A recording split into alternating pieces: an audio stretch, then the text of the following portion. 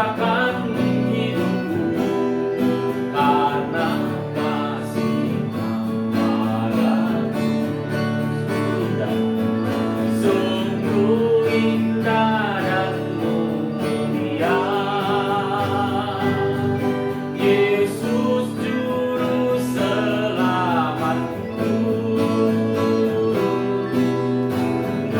Padanya ku serahkan hidupku karena kasih-Mu padaku. Karena kasih-Mu padaku. Haleluya, haleluya. Dan Tuhan, sekali lagi bersyukur, kami berterima kasih untuk segala kesempatan yang Kau berikan. Satu minggu kembali tak kami lalui Tuhan. Dan kalau pada saat ini kembali kami boleh bersama memuji nama-Mu dan terlebih mempersiapkan hati dan pikiran kami untuk menerima kebenaran. Bapa, kami percaya Engkau ada dan hadir bersama dengan kami, beracara bagi setiap kami. Kuasai seluruh ruangan, seluruh jemaat-Mu yang menyaksikan di rumah. Biarlah hanya kuasa-Mu yang mengalir, yang mencelikan mata hati dan telinga kami. Beracara bagi setiap kami, Bapa. Dan di dalam nama Allah Bapa, Putra dan Roh Kudus, kami telah nyatakan bahwa Yesus Kristus adalah Tuhan, Tuhan dan Raja kehidupan kami. Dialah Allah yang benar dan hidup kekal. Terpuji nama-Mu, ya Bapa. Dalam nama Tuhan Yesus Kristus yang percaya dan siap menerima kebenaran semua. Amin. Shalom. Berjumpa kembali dalam ibadah tengah minggu spesial.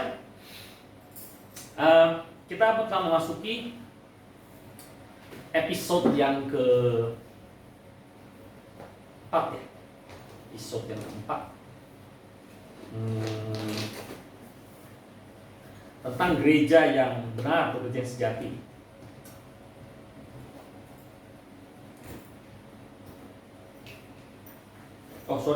Kita masukkan episode yang kelima, ya. Oke. Minggu lalu kita sudah berbicara dari poin yang keempat, ya, bahwa ada beberapa poin yang kita perlu ketahui daripada gereja yang sejati, ya. Bahwa gereja yang sejati itu harus menghasilkan, kembali lagi, adalah orang percaya yang terdidik, ya, yang terdidik dan terlatih dalam iman yang benar. Kemudian juga gereja yang sejati itu atau gereja yang benar itu harus menghasilkan laskar Kristus, ya, yang gagah disertai dengan apa? Dengan panji-panji kemenangan Allah. Kemudian yang ketiga, ya, gereja juga harus menghasilkan apa? Persona atau individu-individu yang merupakan kumpulan yang menjadi anggota tubuh Kristus itu apa? Memiliki hati yang merendah, ya. Untuk apa? Untuk menerima dan menjalani pengaturan. Dan sekarang kita akan masuk yang keempat, ya, poin yang keempat, episode yang kelima, di mana kita akan melihat bahwa gereja yang sejati pun ternyata banyak berbicara tentang apa? Sifat dan karakter. Ya, tadi mari kita coba sama-sama lihat di dalam Ibrani, ya. Ibrani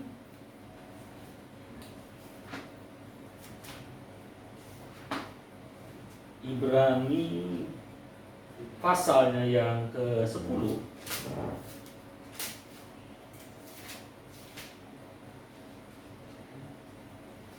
Ibrani pasal 10 sama, ya, seperti yang minggu lalu.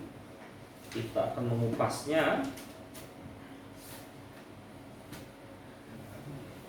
dari ayat yang ke-35. Kemudian kita melompat ayat yang ke-37 dan sampai ke 39. Ibrani pasal 10 ayat 35, kemudian kita melompat ayat 37 sampai dengan 39. Haleluya. Sudah dapat? Oke. Kita baca bersama, ya. Ibrani pasal 10. Demikian firman Tuhan. Sebab itu, janganlah kamu melepaskan kepercayaanmu, karena besar upah yang menantinya. Ayat yang 37. Sebab sedikit, bahkan sangat sedikit waktu lagi, dan Ia yang akan datang sudah akan ada, tanpa menanggungkan kedatangannya. Tetapi orangku yang benar akan hidup oleh iman. Dan apabila ia mengundurkan diri, maka aku tidak berkenan kepadanya. Ayat 39. Tapi kita bukanlah orang-orang yang mengundurkan diri dan binasa, tetapi orang-orang yang percaya dan yang beroleh hidup. Demikian firman Tuhan. Ternyata ayat-ayat firman Tuhan yang tadi kita baca itu membidik atau mengarahkan bahwa seorang gereja, seseorang yang menamakan dirinya gereja yang benar atau gereja yang sejati, itu ternyata pun harus menghasilkan apa? Ketekunan. Ketekunan dalam apa? Di dalam iri kepada Tuhan. Artinya fokus, tidak melihat ke kiri, juga tidak melihat ke kanan. Ya, dalam hal ini, dalam penglihatan yang sedang kita bahas itu berbicara tentang apa? Begitu banyaknya bikisan atau benturan-benturan yang turun pada saat sang atlet itu sedang dalam posisi nyaman. Ya. Dan ini memang merupakan satu tindakan yang cukup cukup penuh dengan tantangan. Kenapa? Karena dalam zona nyaman itu kita tidak lagi menikmati Kristus. Harus saya katakan demikian. Ya. Karena waktu kemarin ini saya membahas dalam kelas PA khusus apa yang dinamakan dengan menikmati Kristus. Terlalu banyak anak-anak Tuhan atau gereja Tuhan, mereka tidak mengerti apa yang dimaksud dengan menikmati Kristus. Jadi menikmati Kristus di sini bukan halnya kita berbicara tentang berkat, bukan berbicara tentang apa yang dinamakan kenikmatan jasmani, ya, ataupun kenikmatan jiwa. Artinya apa? Pada saat kita bernyanyi, pada saat kita bersenandung, atau mendengarkan musik, memori, atau apapun, tidak. Tetapi berbicara menikmati Kristus, terlebih dahulu kita harus mengerti Kristus itu sendiri. Apa yang menjadi peran dan fungsi Kristus di dalam kehidupan gereja? Jadi di sini ternyata gereja harus menghasilkan ketekunan, dan ketekunan itu berbicara antara lain tentang menikmati Kristus. Apa yang dinikmati? Ya tentunya bukan seperti yang kita makan sate, beli sate, makan sate, dinikmati dagingnya, bukan. Ya, tapi menikmati Kristus di sini ada berbicara bagaimana menikmati pekerjaan-pekerjaan yang dilakukan oleh Kristus di dalam siapa? Di dalam kehidupan kita. Itu sebabnya selalu saya ingatkan bahwa yang namanya masalah dalam kehidupan anak-anak Tuhan adalah merupakan hal yang biasa. Karena justru di dalam masalah-masalah itulah kita melihat dan kita merasakan dan menikmati Kristus. Karena tanpa Kristus, tanpa penyertaannya, tanpa pekerjaan yang dia selesaikan dalam setiap kehidupan kita, maka kita tidak bisa mengatakan bahwa kita menikmati Kristus. Dan balik kembali, di dalam Ibrani pasal 35 jelas dikatakan apa? Sebab itu janganlah kamu melepaskan kepercayaanmu, karena besar upah yang menantinya. Kita tidak lagi berbicara tentang upah, dan tidak tentang besarnya seperti apa, tidak. Tapi kita berbicara tentang apa? Jangan. Kenapa dikatakan jangan sekali lagi? Karena terlalu banyak orang yang mencobai dirinya sendiri. Itu sebabnya genap nats di dalam kitab Yakub. Apa? Bahwa pencobaan-pencobaan yang kamu alami itu lebih banyak datang dari luar.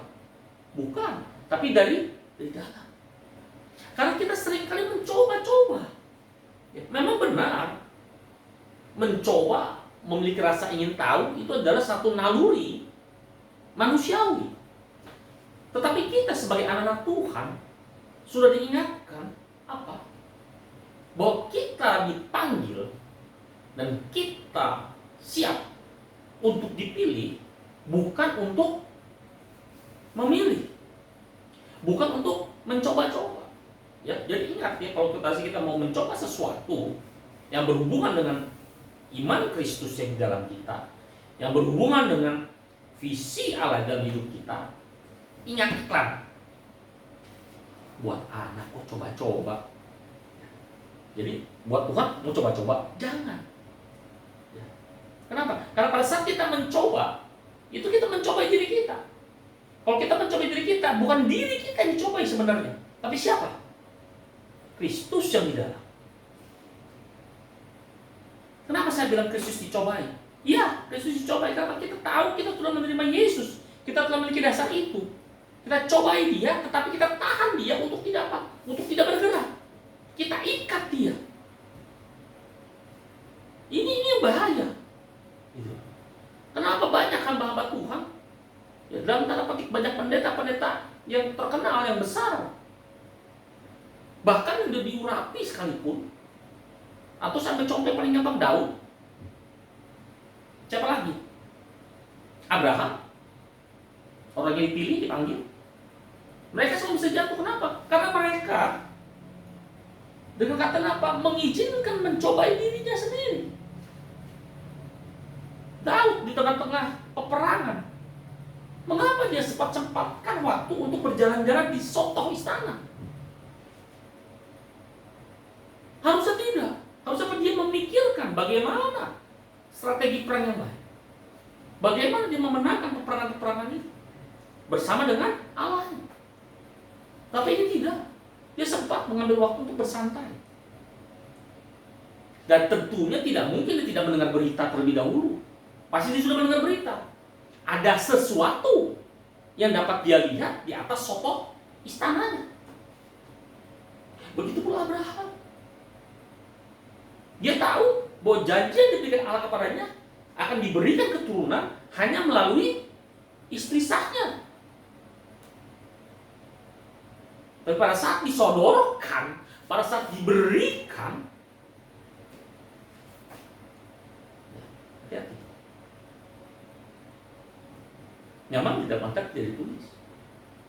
Mereka mencoba diri mereka tidak. Tapi pada saat mereka melakukan hal yang notabene tidak sesuai dengan hukum ketetapan yang diberikan oleh Allah, saat itu mereka membuka celah untuk mencoba diri, atau dengan kata lain mencoba Allah, tetapi dengan keberadaan mengikat, menutup, sehingga Allah tidak dapat melakukan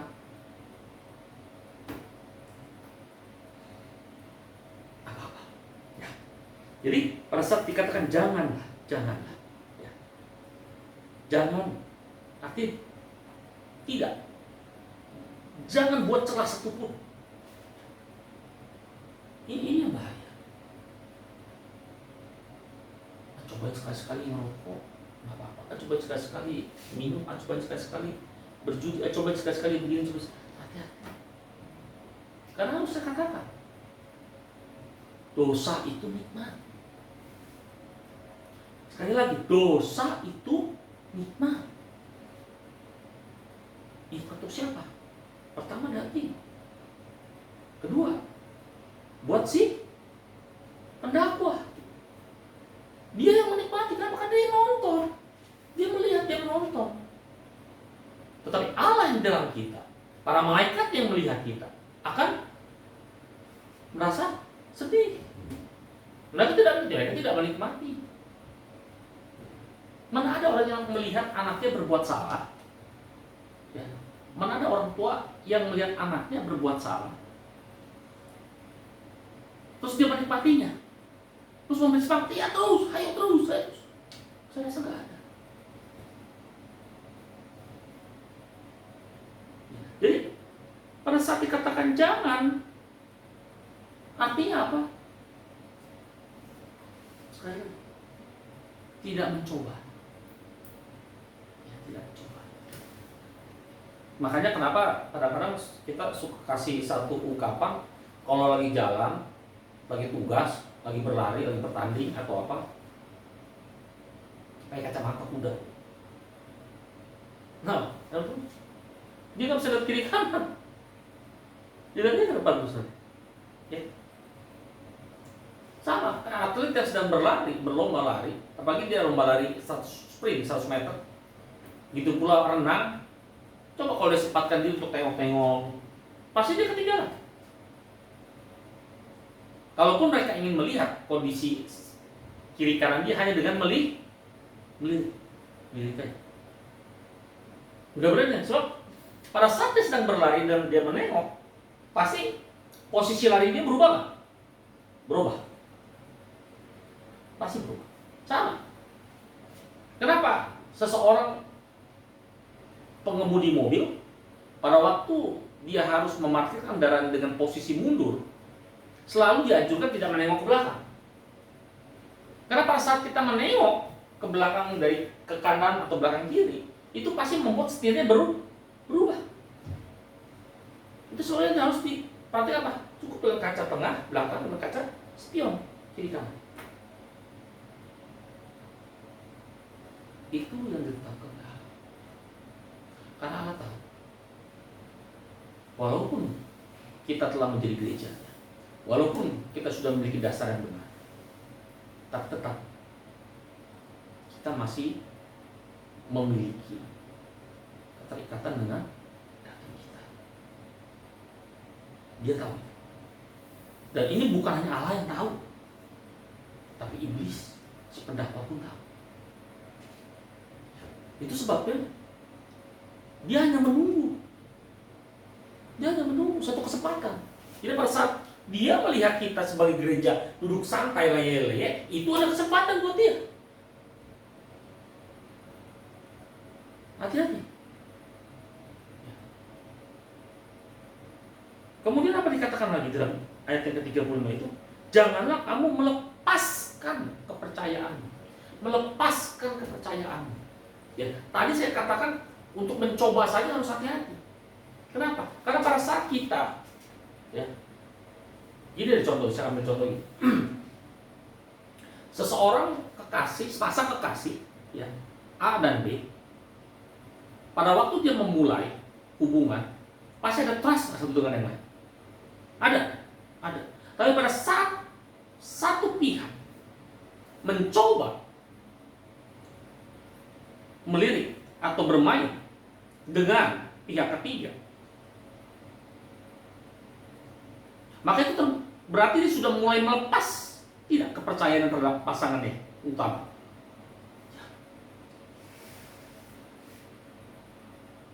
Itu yang sering terjadi dalam kehidupan manusia.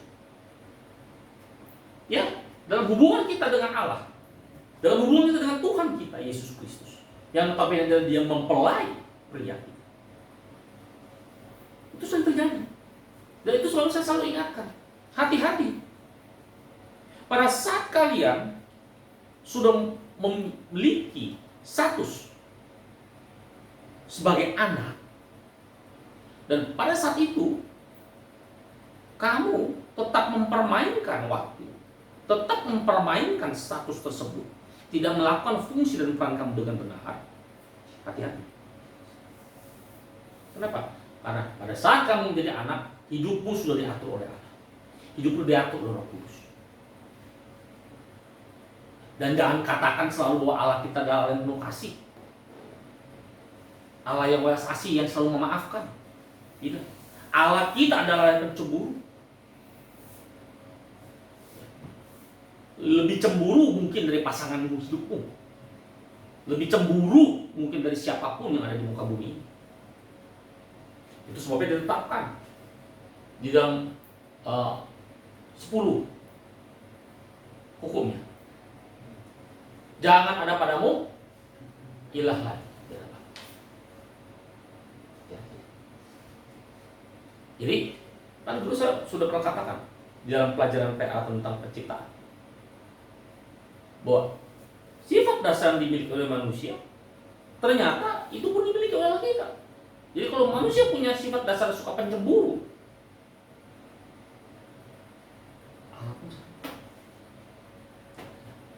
jadi betapa dahsyatnya Allah kita kalau dia lagi cemburu. Jangan main-main. Oke. Jadi pada saat dikatakan melepaskan kepercayaan, itu berarti kita apa? Kita melepaskan diri dari Allah kita. Itu sebabnya saya ingatkan. Apa? Kembali dalam pujian. Bukan masalah Tuhan nggak mau pegang tangan kita, Dia mau pegang tangan kita. Ya, lagu-lagu ikut ya. Peganglah tangan, ya kan? Allah bilang, aku mau pegang tanganmu. 1 hari 24 jam. 1 minggu 7 hari.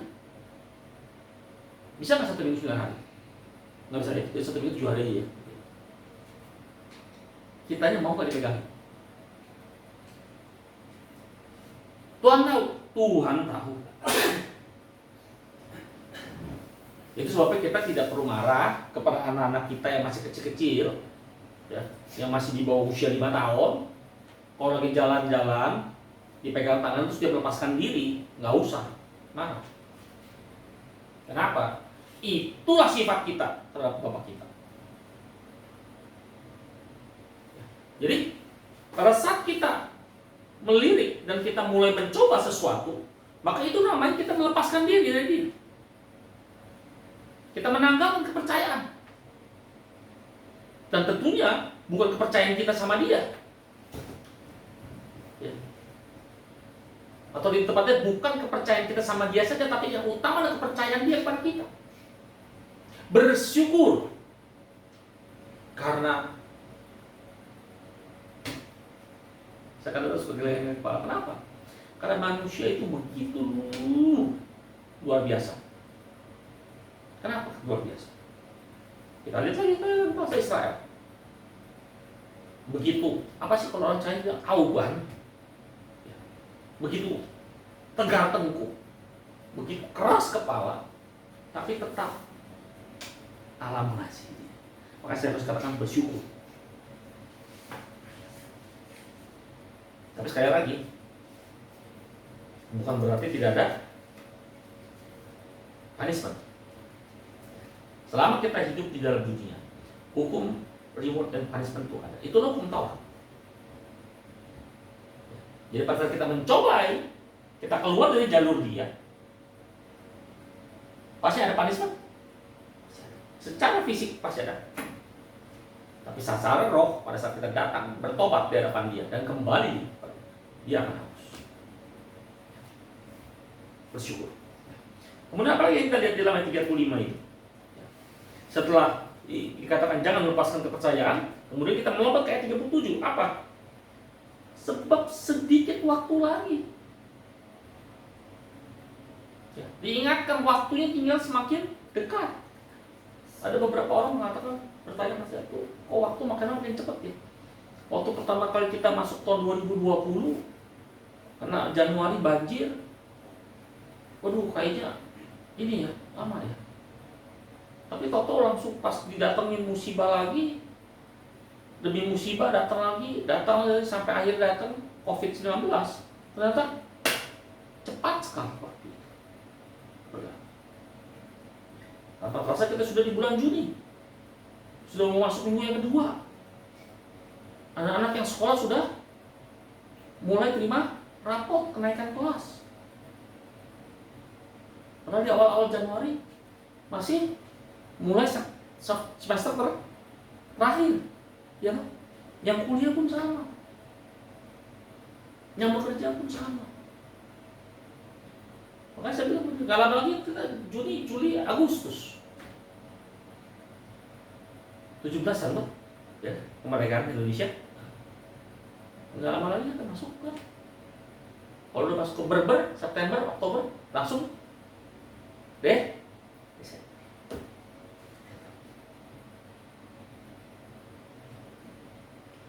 Bukan masalah, oh ya tambah lagi usia, bukan masalah tambah usia.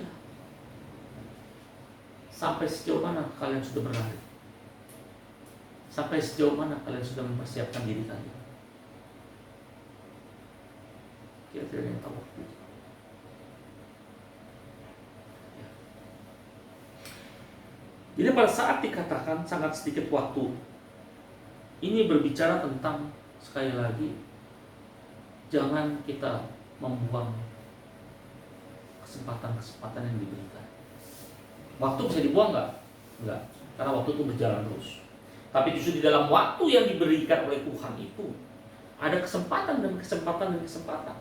Itulah pelatihan kita untuk apa? Untuk kita hidup lebih dalam lagi. Itulah kesempatan di mana kita melatih diri kita untuk apa? Untuk bersiap menyambut mempelai.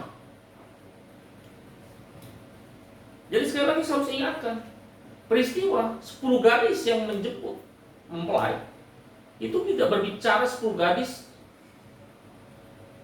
atau sesuai dengan judul 5 gadis bijak. 5 gadis bijak dan bodoh itu baru ketahuan pada saat mempelai itu datang, yang 5 nggak bawa minyak, itu baru ketahuan 5 gadis bodoh. Ya. Kalau dari awal ketahuan dia bodoh, diizinkan nggak menyambut mempelai? Enggak lah, tidak. Jadi sekali lagi, itu mencobai nggak? Ya itu mencobai. Gitu. Ya pada saat dia tidak membawa minyak cadangan dengan satu keyakinan bahwa minyaknya cukup, hati-hati. Itu dikatakan tadi. Dia melepaskan kepercayaannya. Terlalu percaya diri. Pasti bisa. Pasti bisa.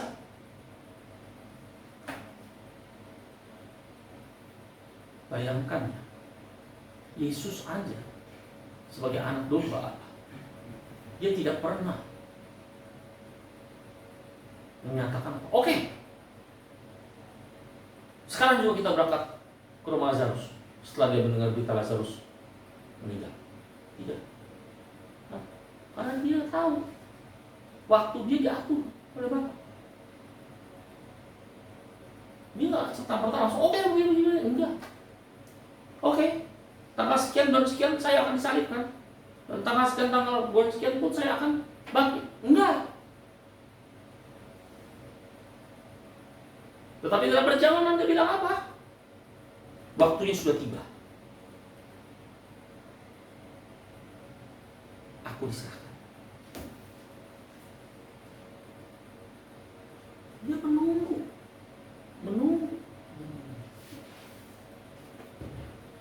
Jadi seperti dikatakan sangat sedikit waktu, sangat sedikit waktu. Jadi dalam kita menunggu harus hati-hati. Karena kita nggak tahu kapan waktunya. Ya pada saat kita sekarang lagi bicara, pada saat kita sedang sama-sama mendengarkan firman Tuhan ini, tahu-tahu datang bunyi sangkakala. Kalian siapa? Kita nggak bisa ngomong, Tuhan tunggu dulu ya, jangan tipu sangkakalanya Tuhan ya. Ini menyelesaikan dulu, nggak bisa. Nggak bisa. Saya teringat salah satu peristiwa saudara rohani juga ya, sama-sama anak rohani. Usia sudah cukup senior dan beliau meninggal di stasiun kereta. Bukan satu kebetulan, tapi justru diperlihatkan bahwa tangan Tuhan memeliharanya. Coba bayangkan, di stasiun kereta pada saat dia ingin menaik kereta, ya, saya tidak perlu ceritakan awalnya atau sebelumnya, tapi saya hanya sama melihat bahwa pada saat dia jatuh terduduk, di mana itu terjadi di publik area, ternyata Allah mengutus seseorang. Untuk apa? Untuk menjaga dia. Bagaimana cara menjaganya? Karena pada waktu banyak orang yang panik, ya banyak orang yang panik. Dompet, handphone, semuanya safe. Tidak ada satu peser uang pun hilang dari. Bahkan orang tersebut pun yang